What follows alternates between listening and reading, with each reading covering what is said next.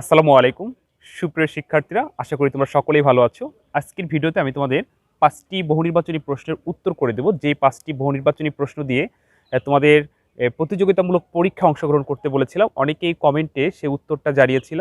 তো দেখা যাচ্ছে আমি সেই কমেন্টগুলো পড়ে আজকে অ্যান্সার বের করছি, অর্থাৎ কে সর্বোচ্চ নম্বর পেয়েছে এরকম একটা ব্যাপার। তো আমি দেখলাম যে অনেকেই তোমরা 5-এ 3 পেয়েছো, কেউ 5-এ 4 পেয়েছো, কেউ 5-এ 5। তো আমি তোমাদের নিকট অঙ্গীকারবদ্ধ ছিলাম যে তোমরা যারা সর্বোচ্চ নম্বর পাবে তাদের মধ্য থেকে লটারির মাধ্যমে তিনজনকে তিনজনকে পুরস্কার দেওয়া হবে। তো আজকে রাতে আমি লাইভে এসে তোমাদের সবার সামনে ওপেনলি লটারি করব এবং যারা সর্বোচ্চ নম্বর পেয়েছো তাদের মধ্য থেকে তিনজনকে পুরস্কার দেওয়া হবে।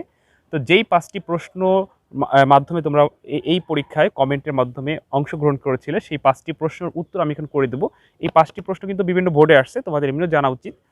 তো তোমরা যারা কমেন্টে রিপ্লাই করেছিলে, অ্যান্সার পাঠিয়েছিলা, তোমাদের কোথায় ভুল হয়েছে বা যারা পাঠাও নাই তারাও শিখতে পারবে। আশা করি এই ভিডিওটি তোমাদের জন্য খুবই কাজে লাগবে। তো দেখো, প্রথম প্রশ্নতে বলছিল যে বাইনারিতে একটা সংখ্যা এর হেক্সাডেসিমাল সংখ্যা কত? অন অন অন 0.11 এর হেক্সাডেসিমাল সংখ্যা কোনটি? তো এখানে 4টি অপশন দেওয়া ছিল।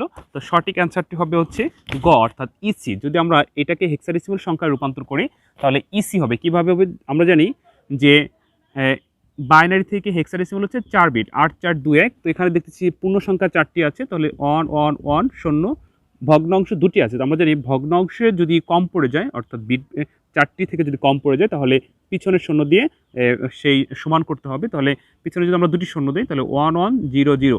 আমরা জানি কম্পিউটার ডিজিটাল সিগন্যাল মেনে চলে, শূন্য দ্বারা অফ, অন দ্বারা চালু। তো প্রথম লাইন থেকে আমরা কি কালেক্ট করতে পারতেছি? যাদের নিচে 1 আছে তাদের গণনা করব।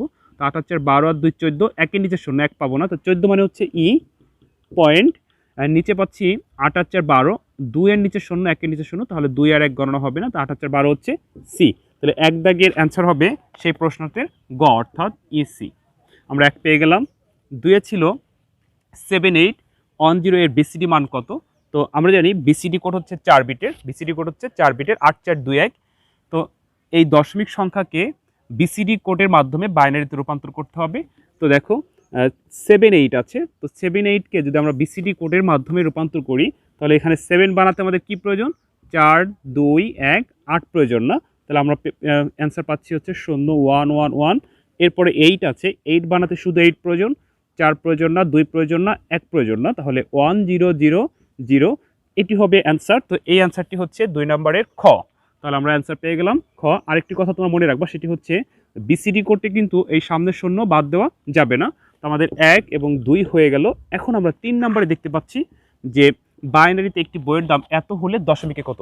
প্রিয় শিক্ষার্থীবৃন্দ, তোমরা এই ভিডিওটি সম্পূর্ণ দেখো যে কিভাবে অল্প সময়ে তুমি 1 মিনিটে না, বড় বড় অঙ্ক তুমি জাস্ট 5 সেকেন্ডে কীভাবে করবে সেই কৌশলটা আমি তোমাদেরকে এখন দেখাই দিচ্ছি। দেখো, এখানে বলছে বাইনারিতে একটি বইয়ের দাম এত হলে দশমিক কত। তো আমরা জানি বাইনারি থেকে দশমিকে যাওয়ার সূত্র কি? বেজের উপর পাওয়ার ধরে গুণ। তো এই প্রশ্নটি যদি আমরা বেজের উপর পাওয়ার ধরে করি তাহলে সর্বনিম্ন 1 থেকে 2 মিনিটের বেশি সময় লাগবে।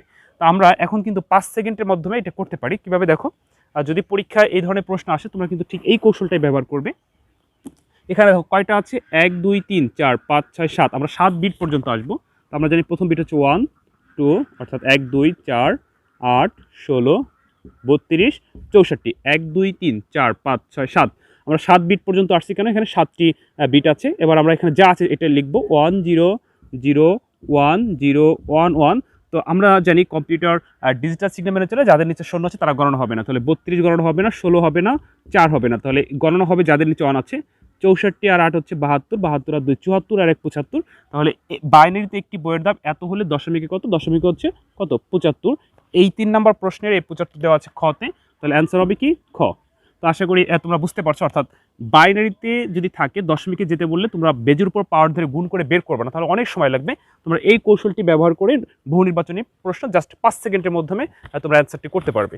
তো 3-এর সঠিক অ্যান্সার হবে হচ্ছে গ। 3 হয়ে গেল। তোমরা যারা অ্যান্সার পাঠিয়েছিল তারা একটু মিলাই নাও, আসলেই তোমরা কি ভুল করছো না সঠিক করছো। আর আজকে রাতে লাইভে এসে তোমাদের লটারির মাধ্যমে পুরস্কারের ব্যবস্থা করা হবে। যাই হোক, 4 নম্বরে ছিল ইএফএফ এর পরের সংখ্যাটি কত? তো আমি তোমাদেরকে বলছিলাম যে আমার এই চ্যানেলে বহু নির্বাচনী প্রশ্নর 6টি পর্ব সংখ্যা পদ্ধতি থেকে 6টি পর্ব ধারাবাহিকভাবে দেওয়া আছে, প্লে লিস্টে করা আছে। তারপরে তোমরা খুঁজে নিও ভিডিওতে। তো বলছিলাম যখন পরের সংখ্যা বলবে তখন এক যোগ করতে হবে, যদি পূর্বের সংখ্যা বা আগের সংখ্যা বলে তাহলে এক বিয়োগ করতে হবে। আর এই এক যোগ এক বিয়োগ কার নিয়মে হবে, যেই সংখ্যা পদ্ধতি থাকবে সেই সংখ্যা পদ্ধতির বেজের উপর ভিত্তি করে। তো ই এফ এফ এর পরের সংখ্যাটি কত, তাহলে এটি আছে হেক্সাডেসিমাল সংখ্যা পদ্ধতিতে, তাহলে হেক্সাডেসিমাল সংখ্যা পদ্ধতির বেজ হচ্ছে 16। তো 16-র উপর ভিত্তি করে এর সাথে এক যোগ দিলে তোমরা অ্যান্সার পেয়ে যাবা। তো আমি নিচে দেখাই দিচ্ছি, দেখো E F F E F F এটার সাথে এক যোগ হেক্সাডেসিমালের নিয়মে, হেক্সাডেসিমালের বেজ হচ্ছে 16। তা 15 এক 16, 16 শূন্য, 16 শূন্য কেন হলো, বেজ হচ্ছে 16, অর্থাৎ 16 থেকে 16 বিয়োগ করলে 0, বেজ একবার বিয়োগ হয়েছে আবার হাতের এক, 15 এক 16, তাহলে 16 থেকে 0 বিয়োগ করলে 0, হাতের এক, ই মানে 14 আর 1 15, এবার 15 থেকে 16 বিয়োগ করা যায় না, তাই 15 15 বসে গেল, তাহলে অ্যান্সার হবে কি F00। তো ই এফ এফ এর পরের সংখ্যাটি হচ্ছে F00, এটি হচ্ছে এই প্রশ্নের গতে দেওয়া ছিল, তো অ্যান্সার হবে কি গ। 4 হয়ে গেল। এই 5 নম্বরে অনেকেই ভুল করছে, দেখা যাচ্ছে যে তোমরা এই 4টি অনেকেই পারছে, কিন্তু 5 নম্বরটার প্রায় জনেরই ভুল হয়েছে। তো 5 নম্বরের সঠিক অ্যান্সারটা কি আমি একটু বলি, যেমন এখানে একটু লিখেই দিই তাহলে আরো ভালো বুঝতে পারবা। ক, খ, গ, গহ। কতে ছিল ডি, খতে ছিল এফ, গতে ছিল 10, ঘতে ছিল 16।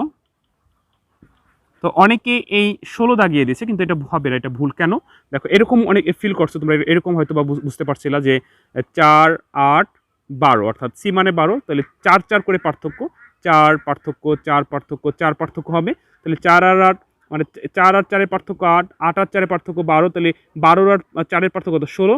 অনেকে এটা বুঝে 16 দাগিয়েছে, আসলে কিন্তু তা না, এখানে 4 4 করে পার্থক্য হবে, কিন্তু এটা হেক্সাডেসিমালের নিয়মে, অর্থাৎ সির সাথে 4 যোগ হবে হেক্সাডেসিমালের নিয়মে।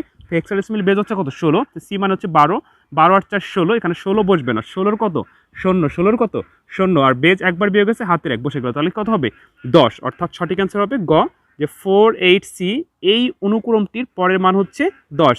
তোমরা অনেকেই ভুল ক্রমে 16 দাগিয়েছিল, এটা অনেকেরই ভুল হয়েছে, তবে সঠিক অ্যান্সার হবে গ, অর্থাৎ 10। তো আশা করি প্রিয় শিক্ষার্থীবৃন্দ, তোমরা যারা কমেন্টে উত্তর পাঠিয়েছিলা, তোমাদের যদি যারা এই ভিডিওটি দেখতেছো বা দেখবা, তোমরা যে অ্যান্সারগুলো পাঠিয়েছিলে আশা করি তোমরা বুঝতে পারছো তোমরা কোথায় ভুল করছো বা কোনটা সঠিক হয়েছে। তো এই 5টির মধ্যে যাদের 5টি হয়েছে তাদের মধ্য থেকে 3 জনকে পুরস্কার দেওয়া হবে। আমি এটা খুব ছোট করে একটা আসর করেছি, আমি চাচ্ছি যে ভবিষ্যতে তোমাদের এই লেখাপড়ার প্রতি মনোযোগ ফেরানোর জন্য, বেশি বেশি চর্চা প্র্যাকটিসের জন্য এরকম আয়োজন মাঝে মাঝে করব। আমি একদম তোমাদের মানে বিনা ফিতে, মানে কি বলবো, যে মানে লটারি কিনতে একটা টাকা দেওয়া লাগে না, এটা ছাড়া তোমাদের মাঝে মাঝে আমি পুরস্কৃত করব তোমরা যারা অংশগ্রহণ করবে। তো প্রিয় শিক্ষার্থীবৃন্দু, 1-এর অ্যান্সার ছিল গ, 2-এর অ্যান্সার ছিল খ, 3-এর অ্যান্সার ছিল খ, 4-এর অ্যান্সার ছিল গ, 5-এরও গ। তো এই 5টি প্রশ্নের উপর ভিত্তি করে তোমরা যারা কমেন্ট অ্যান্সার পাঠিয়েছিলা তাদের মধ্য থেকে সর্বোচ্চ নম্বর প্রাপ্ত যারা হয়েছো বা মানে 5-এ 5 পেয়েছো তাদের মধ্য থেকে 3 জনকে পুরস্কার দেওয়া হবে। তো ওয়েট করো, আজকে রাতে লাইভে আসবো। তো ভালো থেকো, অন্য কোনো দিন অন্য কোনো ভিডিওতে আবার দেখা হবে। আসসালামু আলাইকুম।